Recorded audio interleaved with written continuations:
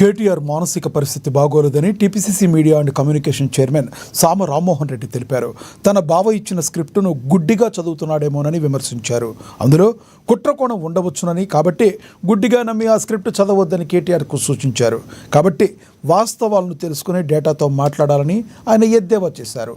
అలా తెలుసుకుని మాట్లాడితే కొద్దో గొప్ప క్రెడిబిలిటీ ఉంటుందన్నారు. కేసీఆర్ సీఎంగా ఉన్నప్పుడు రేవంత్ పీసీసీగా ఉండి సవాల్ చేశాడని, కానీ కేటీఆర్కు ఏ అర్హత ఉందని ప్రశ్నించారు.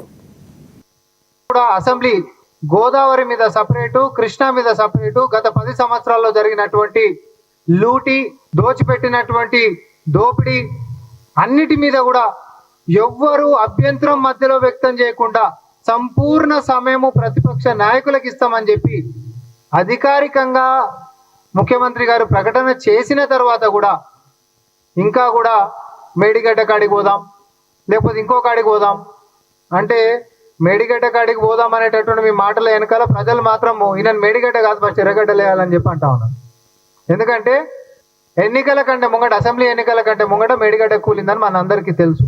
ఆ ఎల్ల పిసిసి అధ్యక్షులు అయినటువంటి రేవంత్ రెడ్డి గారు, కాంగ్రెస్ శ్రేణులు మొత్తం కూడా మరి అక్కడికి పోయేటటువంటి ప్రయత్నం చేస్తేనే పోలీసు వాళ్ళని పహారా కాపించి ఏదో కాకులు పోతేనే కాల్చి చంపేసేటటువంటి చర్యలకు పాల్పడినటువంటి మీరు ఈ రోజు వచ్చి మేడిగడ్డ మీదకి వచ్చి చర్చ చేద్దామంటాడు.